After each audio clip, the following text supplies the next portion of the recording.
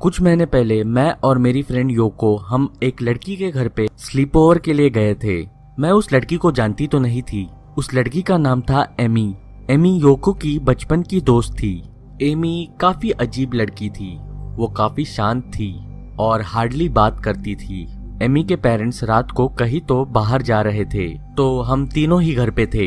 हमने कपड़े चेंज किए और हम एमी के रूम में बेड पे बैठे एक दूसरे को कहानियां सुनाने लगे, हॉरर स्टोरीज। हमें इतनी भी हॉरर स्टोरीज नहीं पता थी। जो कुछ भी पता थी वो काफी डरावनी नहीं थी। All of a sudden Amy ने कहा, मुझे एक वेबसाइट पता है। वो अपने लैपटॉप की तरफ गई, लैपटॉप खोला और लैपटॉप के एक बुकमार्क पे क्लिक कर दिया। मैं और योको उसके इर्द गिर्द जाके खड़े हुए और उस वेबसाइट को देखने लगे। उस वेबसाइट पे काफी डरावनी कहानियां थी, urban legends, creepy ghost stories, सभी तरह की स्टोरीज वहाँ पे थी। एमी उस पेज को नीचे स्क्रॉल करने लगी और हम उस वेबसाइट को देखते रहे। एक स्टोरी को पॉइंट आउट करके योको ने पूछा, ये कौन सी स्टोरी है? फॉर अ मोमेंट एमी का चेहरा काफी सीरियस हुआ।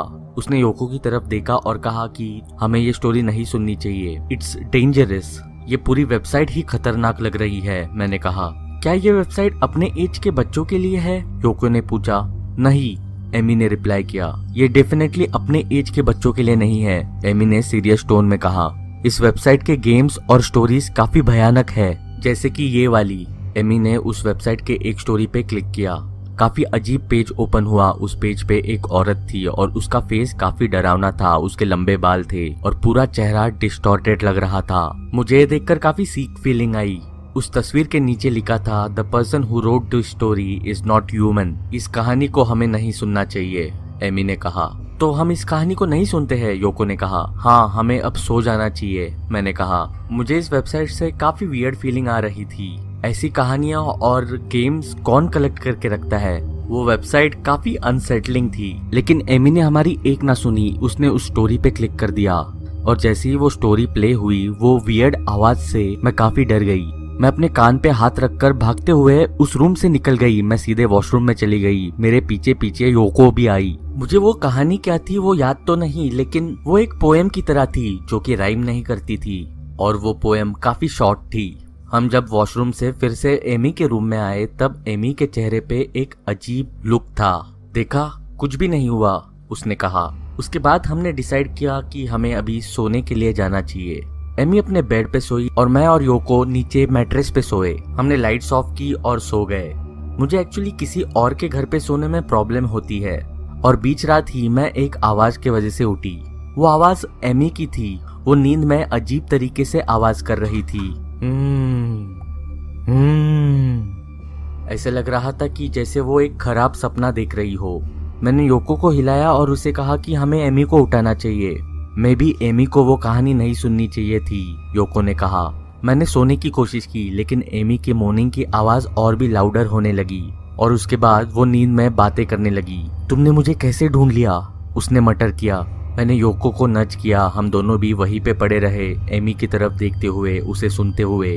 तुम्हें कैसे पता चला? उसने मटर किया। मुझे पता नहीं वो नींद में बातें कर रही थी या कुछ और, बट उसका आवाज काफी अलग आ रहा था। मैं योको की तरफ टर्न हुई और उससे पूछा कि what the hell has happened. उसने मुझसे कहा कि ये एक बहुत ही भयंकर नाइटमेयर होगा। और जैसे ही उसने ये कहा, एमी अपने बेड पर उठ के बैठी। वो अजीब तरीके से हिल रही थी, जैसे कि कोई पपेट हो। ये सब देख के मैं काफी डर चुकी थी। एमी बेड से उठी। उसकी बैक हमें फेस कर रही थी और उसका सर नीचे की तरफ हैंग कर रहा था। लंबे काले बाल उसका चेहरा कवर कर रहे थे। वो वहीं पे खड़ी रही, अपने बेड को फेस करते हुए, मौन करते हुई, और एकदम से हल्के से वो हमारी तरफ मुड़ने लगी। और तभी योको पैनिक होने लगी। वो एमी नहीं है, योको ने कहा। एमी अभी भी धीरे से हमारी तरफ मुड़ रही थी। योको की आंखें बड़ी हो चुकी थी। वो काफी डर चुकी थी। मैं भी एमी का चेहरा नहीं देखना चाहती थी। हम दोनों भी पैनिक मोड में थे। और तभी एमी हमारी तरफ पूरी तरह मुड़ी। वो एमी का चेहरा था भी और समवॉट वो एमी का चेहरा नहीं भी था। एमी के चेहरे का स्किन कलर पूरी तरह पेल हो चुका था। उसकी आंखें ब्लड शॉट थी और लिप्स जैसे डिस्टॉर्टेड। वो एमी नहीं थी। ऐसे लग रहा था उसका चेहरा किसी और के चेहरे के साथ मिक्स किया गया हो। और फिर एक आवाज जो कि किसी इंसान की नहीं होगी, वैसे आवाज में उसने कहा, मुझे पता करना है कैसे। मुझे पता नहीं इसके बाद क्या हुआ। आई थिंक मुझे चक्कर आई और मैं वहीं पे गिर गई। जब मेरी आँख खुली सुबह हो चुकी थी। मेरे बाजू में योको पड़ी थी, लेकिन बेड पे एमी नहीं थी। उसका बस पैजामा वहाँ पे था। There was no sign of Amy anywhere. हम नीचे गए, लेकिन लिविंग रूम में भी एमी नहीं थी। हम दोनों भी फ्रीक आउट हो चुके थे। योको और मैंने हमारे बैग्स लिए और हम वहाँ से निकल गए। हमने एमी के फोन नंबर पे बहुत बार कॉल करने की कोशिश की, लेकिन आउट ऑफ रेंज बता रहा था। उस दोपहर को हमने एमी के फोन पे लगातार कॉल किए, लेकिन कोई रिस्पॉन्स नहीं आया। फिर शाम को हमने उसके घर पे कॉल किया। उसके मॉम ने आंसर किया और उसके मॉम को भी पता नहीं था कि एमी कहाँ पे है। योको और मैं हम दोनों भी और भी चिंता करने लगे। हमने एमी के और भी दोस्तों को मैसेजेस किए, लेकिन सभी ने यही कहा कि उनको पता नहीं है कि एमी कहाँ पे है। एमी के पेरेंट्स ने पुलिस में जाकर मिसिंग पर्सन की रिपोर्ट लिखवाई। पुलिस ने एमी की खोज शुरू कर दी। पुलिस ने बहुत सारे लोगों से पूछताछ की। पुलिस ने मुझे और योको से भी पूछताछ की, लेकिन हमारे पास भी कुछ ऐसा नहीं था जो हम उन्हें कह सके। हमें पता था कि एमी अपने घर से भागी नहीं है। एक दिन योको मेरे घर पे आई। हमने उस वेबसाइट पे वही स्टोरी सर्च की जो एमी ने उस रात सुनी थी। डरते हुए योको ने उस कहानी पे क्लिक किया। सरप्राइजिंगली ओपन होते ही वहाँ पे एक टेक्स्ट लिखा था, the story has been removed, do not try to find it is too dangerous. हमने पूरी वेबसाइट सर्च की, लेकिन हमें वो कहानी नहीं मिली। उस रात के बाद मुझे अकेले सोने में प्रॉब्लम होती है।